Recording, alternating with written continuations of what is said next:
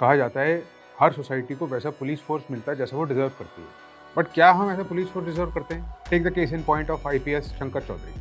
अभी रिसेंटली एक एफआईआर हुई और he has been booked under various sections of the criminal procedure code. उसके अंदर इन्होंने अलेजिडली फेक रेड्स कंडक्ट करे, फॉरेन नेशनल्स को डिटेन किया अपनी ज्यूरिसडिक्शन से बाहर।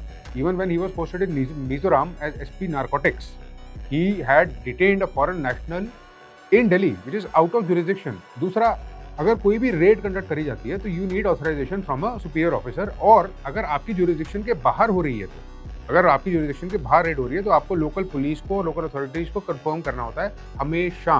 There is no exception behind it, and if there is a raid you can not enter any premise without a search warrant.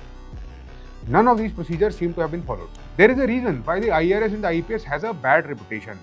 Bad reputation ये है कि जब भी इस टाइप का फोर्स डिप्लॉय होता है ना, जितना फोर्स डिप्लॉय हो रहा है वो उतना तरीके से, उतना प्रोफेशनली होने की जरूरत है, क्योंकि उसमें उतनी हेट्रेड, उतनी एंगर और उतनी पॉसिबिलिटी ऑफ करप्शन हमेशा होती है। और जब सीनियर आईपीएस ऑफिसर्स इस टाइप की चीजों में पकड़े जाते हैं तो पूरे के पूरे सिस्टम से विश्वास टूट जाता है। We talk about public trust. Where is the public trust? You can have senior IPS officers acting as professional extortionists. And you know what really happens? The Stanford experiment tells us what really happens.